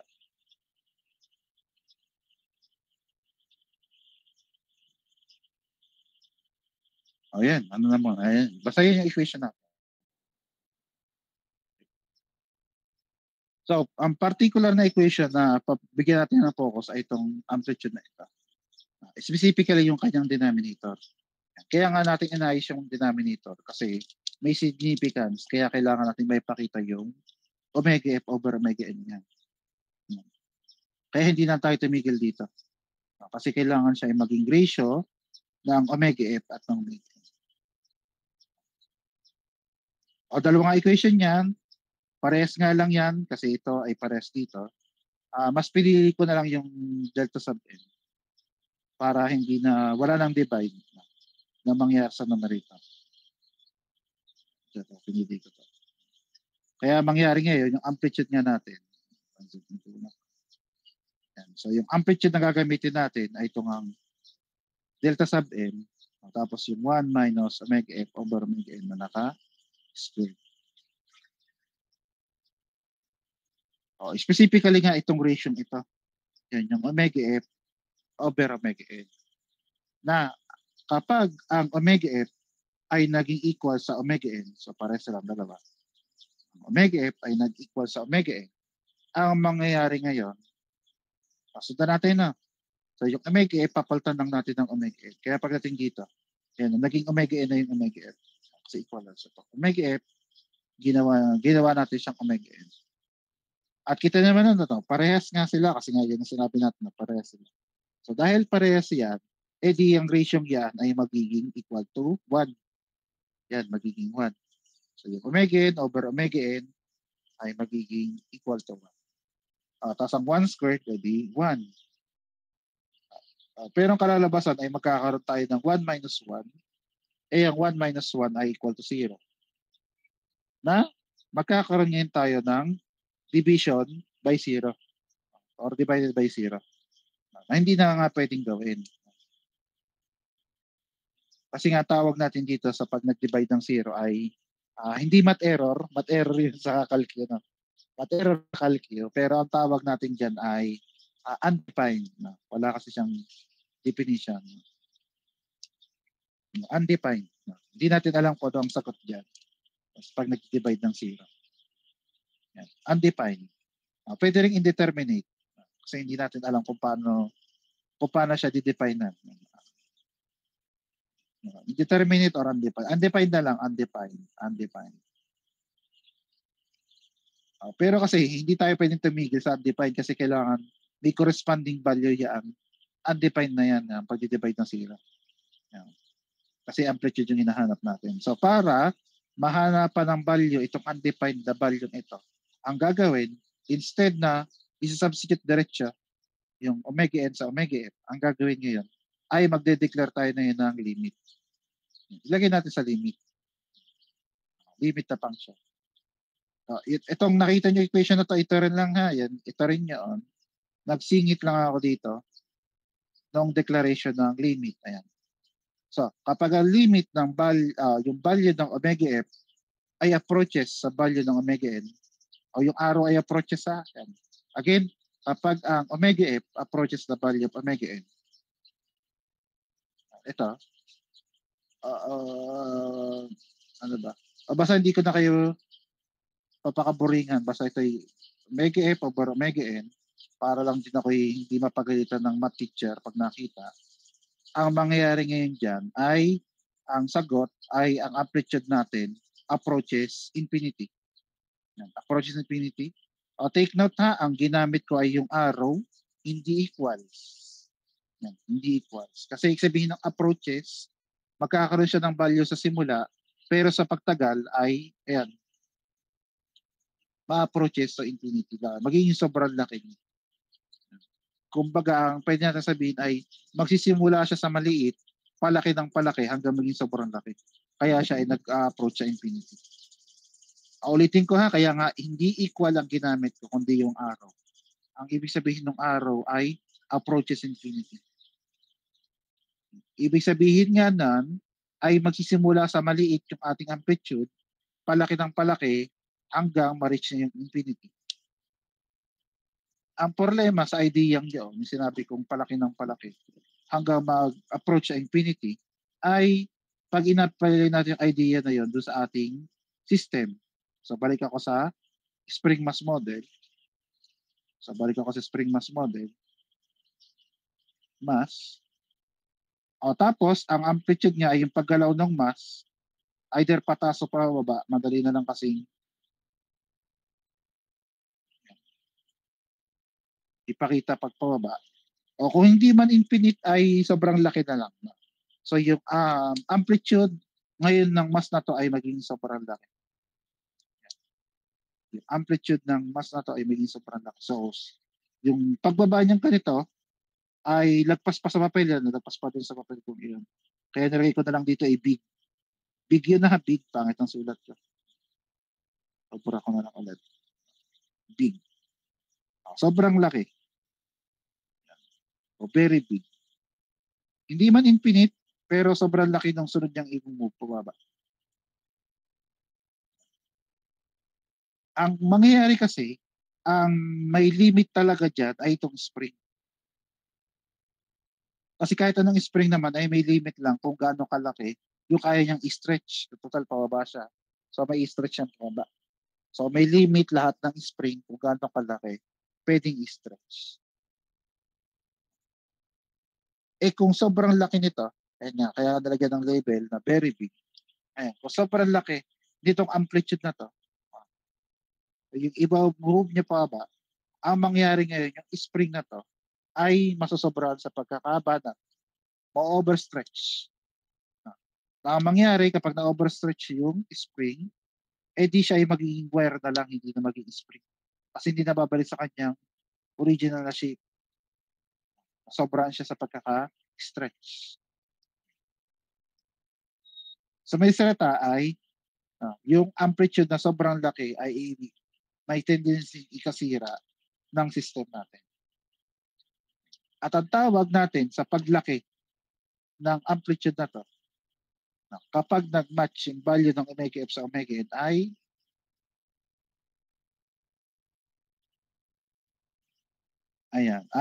ito, resonance. Okay? So resonance ay yung paglaki, ayan nga, kaya ako binibigyan ng emphasis yung arrow na yon.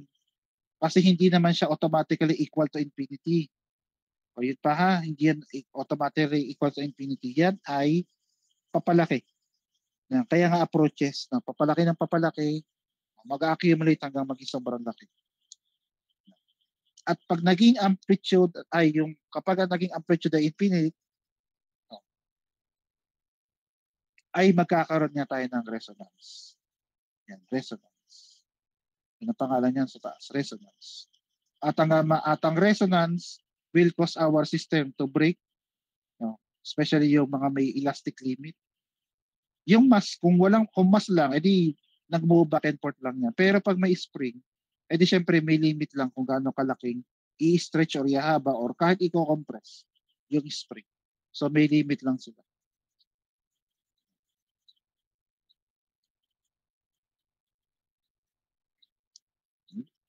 So, pag dating sa resonance ay ang nababanggit diyan, ito muna yun. Definition ng resonance ay increase in amplitude, paglaki nga ng amplitude, when the frequency of the periodically applied force, yung omega f, ay equal or close sa natural frequency or yung omega n.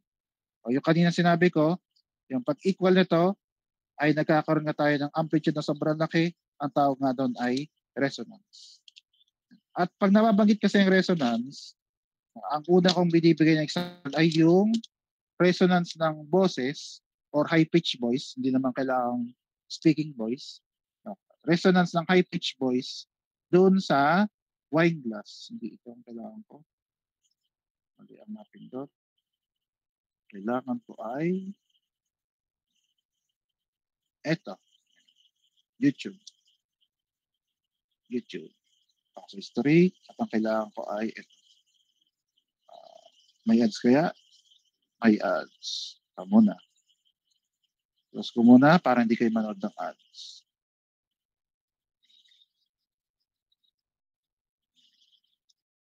Tapos mamaya ay tatanungin ko kung naririnig ako. Skip. So, na. Share ko pati yung audio ng YouTube. O, YouTube video lang to ha. Yan, YouTube video.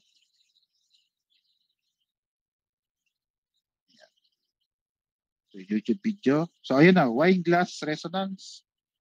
Again, resonance siya sa boses ng tao. Pag sabihin yung, kung napapanood nyo sa pelikula, yung pag may mata, yung pag may high pitch na voice, nabasag yung baso. So, ito yung shockwaves from a punch can do damage to the human body. Now we're going to time warp at 10,000 frames per second to see how sound waves destroy glass. Jamie Vendera is famous for using the sound of his voice to destroy wine glasses. They seem to simply explode. But what's happening?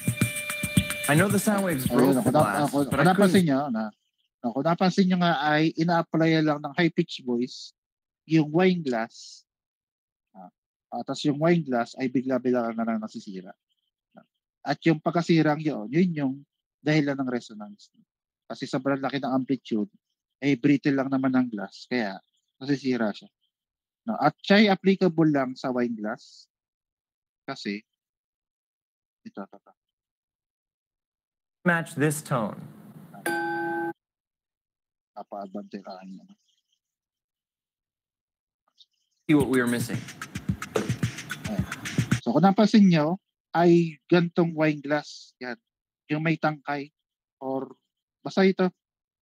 Ganyang wine glass ang kailangan para kasi pag ginawa nakapatong, ay pag in-apply mo ng vibration, itong yung mismong lalagyanan, o yung pinaka-top na to, ay dandun lang siya concentrated. Pag kasi hinahawakan mo to, pag hawak mo mismo ito, ang mangyari kasi ay magpo-propagate yung vibration dun sa kamay mo. Or kahit ano nakalapat siya. O since siya ay mataas naman dun sa pinaka-ground, ito, yung pinagpapatungan, o di na-isolate mo siya. Or yung transfer ng vibration ay minimal papunta dito sa tangkay. Kasi kakaunting material lang naman siya. Kaya kumbaga hindi siya basta-bastang baso. Kasi yung iba bote, no? Bote, baso. It is more of ano siya, mas applicable siya kung wine glass. Kasi yung bote kasi, or bote at yung baso lang, patong kasi siya sa mesa.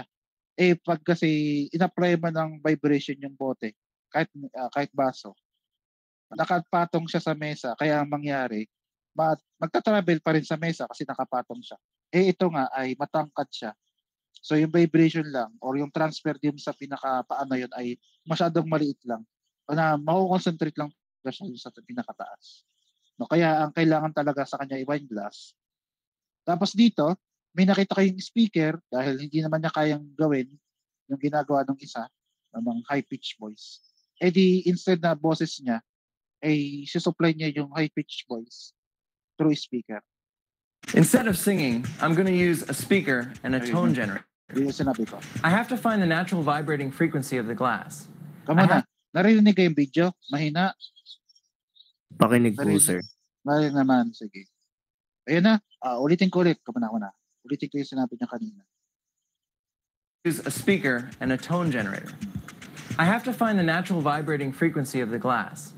I have to match this tone. Ayan. So kung napansin nyo, pinitik niya yung wine glass. Tapos tumunog. Yung tunog na narinig nyo yun yung natural frequency ng wine glass. Yun yung omega N kumbaga. In terms ng sound. Omega N in terms of sound ng wine glass. Na ngayon, yung omega F ay manggagaling ngayon dun sa speaker. That's it. Niya kasi This is the So kung napansin niyo, may butas yung speaker para lang concentrated yung vibration na galing sa speaker doon sa ano. Yun lang yan para hindi lang pakalat. Yun lang talagang purpose ng butas na yan para siya ay concentrated yung tunog doon sa butas na yun. At katulad na napansin niyo, meron niya tayong dalawang frequency pinag-uusapan. No? Yung natural frequency ng wine glass at yung frequency or force frequency na galing sa speaker. So sa mga salita ay hindi nawawala ang omega N. Nandun pa rin yung omega N. No, kasi nandun naman sa pangalan natural. No, isabihin lahat ng material ay mayroong natural frequency. No, kaya ang ginamit na word ay natural, hindi pre-vibration or pre-circular frequency. Kasi kung napansin nyo nga itong omega F ay force circular frequency. Kasi force vibration. Kung napansin nyo, ang ginamit na word ay natural kasi lahat ng material ay merong kanyang natural frequency. Yung natatandaan na lahat ng material ay merong kanyang natural frequency. Ang kailangan lang ay makonsentrate yung vibration na yon at hindi siya, ang term ay madampen or mag-dissipate. At pag nag-match yung frequency na yon, ay may tendency masira yung material na to. At kaya rin wine glass kasi brittle. So hindi siya magkakaroon ng permanent deformation. Siya nga ay diretsyo ng rupture or fracture in terms ng glass. Dahil siya nababasag, fracture. Exact tone to make this particular glass vibrate. When the tone is loud enough, the glass will shatter. Ayan. So ngayon, naka-apply na yung tunog na yon doon sa glass. Pero syempre, hindi pa yan basta-basta mababasag na. Yun nga yung sinasabi ko kanina, no? Hindi porket nag-equal ang omega F sa omega N, yun ay automatically infinite, hindi siya basta-basta infinite. No. Unti-unti yung lumalaki. Yung tatandaan niya, unti-unti lumalaki yung amplitude. Ngayon, hindi pa lumalaki yung amplitude kasi una, kakunting energy pa yung itinatransfer ng speaker doon sa wine glass. Padalwa, meron pa kasing friction between molecules ng glass. Kasi nga mahina pa yung energy na galing doon sa sound. Na kaya pang i-overcome siya ng friction mismo, internal friction kung tawagin. No, yung internal friction ng glass molecules. No, kaya hindi pa lumalaki ng sobrang laki yung amplitude niya. Pero once na nilaksan niya na to, na kaya niyang i-overcome yung friction, lahat-lahat ng possible losses kumbaga, no, nung energy na tinatransfer po doon sa wine glass. I can feel the glass shaking, but I can't see it. Yeah. So, gumagalaw na siya pero hindi If I niya had a nakikita. straw, then it's Pero more once na nalagyan obvious. niya ng straw, So what's happening here? nakikita niya na The yung straw vibration. gets tossed side to side, but I can't see why. Let's record it while I Kaya crank nga the siya may volume. high-speed recorder para makita yung vibration. Kasi yan, lalaksan niya na ang volume. Ayun, nabasag.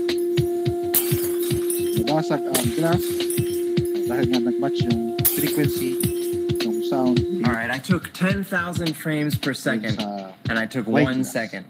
If I were to play back this whole video, it would take 8 minutes to get through. Yan. So, pinakita niya lang yung oscillation ng wine glass. Ayan. Oh, this is amazing.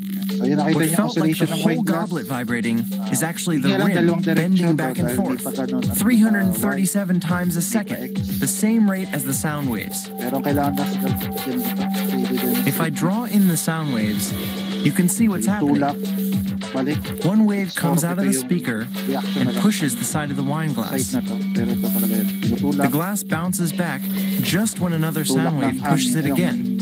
hangin na nga or yung sound wave dun sa glass. If the timing or frequency of the sound waves is exactly right, the motion will build until the glass breaks. Then later on ay mababasag. Basag na nga. Later ang mababasag. Wow. So, as we would expect, the speaker breaks At the makita ko na glass lang last nearest to it. yung pagkabasag And immediately naman. we see a crack that goes all the way around the whole bottom of the frame. I'm going to play that back again. This is Pagkabasag where the ng initial glass, fracture crack na lang. happens, right Kasi nearby siya the speaker. ipitil ng natin. Yes, yes, sabi ko. And in about Wala nang permanent deformation nangyari doon sa material. Kaya diretsong crack. Glass din ito, so mabilis din mag-propagate yung fracture niya or yung crack. Mabilis din mag-propagate ng crack. So yan yung wine glass resonance, no, using yung sound. No, pero fit yung pag ginamit mo yung boses. Then another one is itong tinatawag na ads na naman. Okay pa, nasusundan ako habang inaantay ko yung ads. Yes po, sir. Sige, thank you. Pabalik natin. Para man di kayo manood ng ads. Kaya ako tinatanggal lang sa share. Ito muna. Audio. Share ko yung audio. So yung sunod ay ito, no? Tacoma Narrows. Narrows kasi makitid, no? Tacoma Narrows Bridge. Tacoma Bridge, Washington, opened only a few months ago, was built at a cost of over $6 million. But misfortune overtakes the great structure. These are some of the most amazing pictures ever recorded by a newsreel. The actual collapse of the world's third Kasi largest nakita suspension niyo bridge. pag-ugoy, yan ay hindi CGI, hindi rin siya miniaturize, yan talaga yung pag-ugoy or yung constellation ng Christmas Bridge. Kaya siya lagi nababanggit na pinag-usapan na yung... Only a 35-mile-an-hour wind is blowing, but this apparently So, sets up a parang rhythmic ano lang, no? swinging of the bridge, Miniaturize, which basta increases parang with each swing. gawa-gawa lang. Pero yung mismo yan yung mismong pagyanig or pagyunog ng mismong bridge. Na later on, due to traffic stress, Finally, the yeah, swinging road and the nasira na lang suspension yung cables bridge. give way and plunge into the water below. So nasira yung bridge. Okay? Again ha, fatigue stress. Ang fatigue stress ay kunyari magbabali kayo ng wire, no, yung pabalik-balik na pag-bend ng wire, no, ay bigla-bigla na lang siyang napuputol. So ganoon din ito. So yung pabalik-balik na yon ng oscillation ng bridge, yun yung nag-cause para may mapuputol na wire, dahil ito yung suspension bridge, di dire-diretso na yung yung dire-diretso yung pagkaputol ng wire kasi wire lang naman siya. Ngayon, nung una, basta mamaya, no? Basta nung una, ang nangyari ay merong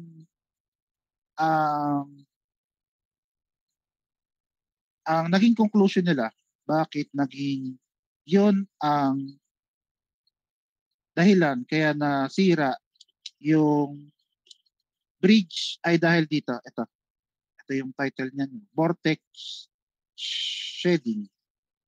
Ito, vortex shedding. Kasi may hangin, yung puting yun yung bridge. Tapos may hangin na dumadaan sa ibabaw at sa ilalim ng bridge. So kung napansin niyo, habang dumadaan yung hangin sa ibabaw at sa ilalim, nagkakaroon dito ng sine wave. Yan. Nagkakaroon ng sine wave. Simula ay pagbabagal pa yung hangin, pero pag bumilis ang bumilis, nagkakaroon ng sine wave. O di yung sine wave na yan yung source ng force frequency. Yan, oscillation yan eh. Na yung force frequency na yan ay nag-match doon sa frequency ng bridge. Kaya kung napansin nyo, nag-oscillate din yung bridge. Adi yun yung naging cause ng resonance na naging sobrang laki na nung oscillation niya. Hindi lang konti yung paggalaw ng bridge, sobrang laki. Naging sobrang laki na nung amplitude niya, hindi nasira ngayon siya. Yan. So yun yung unang conclusion nila. Yan yung una na lang na nasabing dahilan kung bakit nasira yung bridge. Ngayon, may bago na kasi silang 903 na pala. Hindi, tapusin ko na lang to. So meron na kasi silang bagong naging cause kung bakit nasira yung Tacoma Narrows Bridge. No, itong tinatawag na aeroelastic platter. So yung aeroelastic platter ay yung pagkakaroon ng low pressure, ayan, yung bilog na yon which is yun, ay low pressure area doon sa part ng bridge. O ito ay low pressure area, yung katambal niya sa taas ay high pressure. So itinutulak ngayon ng high pressure papunta sa low pressure area, kaya pataas na para papunta dito. Yung tulak ng hangin sa kabila, tapos ayan, no? Yan. Kaya nagkakaroon ng twisting. Kaya kung napansin nyo kanina, ganito yung itsura ng twisting ng Tacoma Bridge. Yan, or Tacoma Narrows Bridge. Tapos hindi rin kasi nakakatulong yung pagiging manipis ng Tacoma Narrows Bridge. So, hindi rin kasi nakakatulong yung pagiging manipis ng Tacoma Narrows Bridge doon sa stability ng kanyang pagiging bridge. Nasaan si Tacoma? Ito. Yan na Tacoma Narrows. Yan, may narrows talaga. So siya ay binuo noong, opened ng 1940, pero gumuho din siya ng November 7, 1940. Again, kaya ako sinabi ito, kasi ito dito, yan, galing kay Wikipedia. Many physics textbook, the event is presented as an example of an elementary force mechanical resonance. Kaya ako sinasabi sa inyo. Pero ngayon nga ay, ang naging cause nga kasi aeroelastic platter. Oscillation pa rin siya, pero hindi na resonance ang dahilan. No?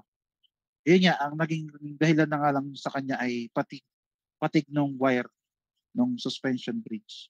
Pati nung una kasi talaga ay tumatalo na talaga siya. Kung babasahin nyo to, sa simula pa lang ay, the time the tech was built, lumulundag na talaga yung bridge kasi manipis yung bakal ng gamit.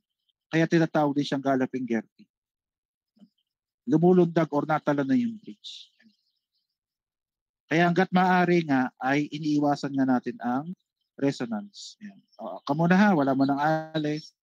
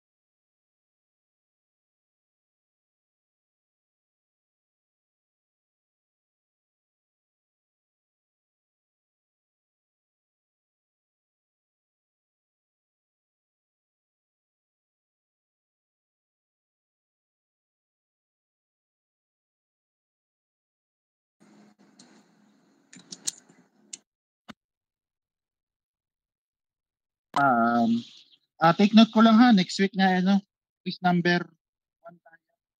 Tapos yung problem set din na wag kakalimutan. Next week din ng pasahan. Yung bayad na yun i-announce ko na lang sa Google Classroom kung magkano. Kaya idadagdag na rin siya doon sa bayad sa exam.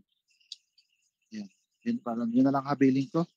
Ano pa ba? Baka may tanong ba at ako yung nalilimutan? Ayun.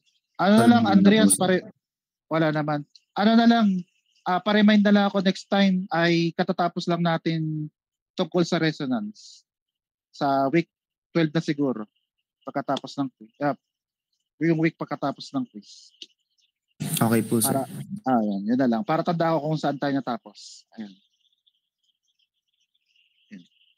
Yan. Pasensya kung labis ako ng 7 minutes. Anyway, siya. Sige. So kung wala nang tanong, hanggang dito na muna. Kaya see you next meeting. Bye-bye. Thank you and bye-bye.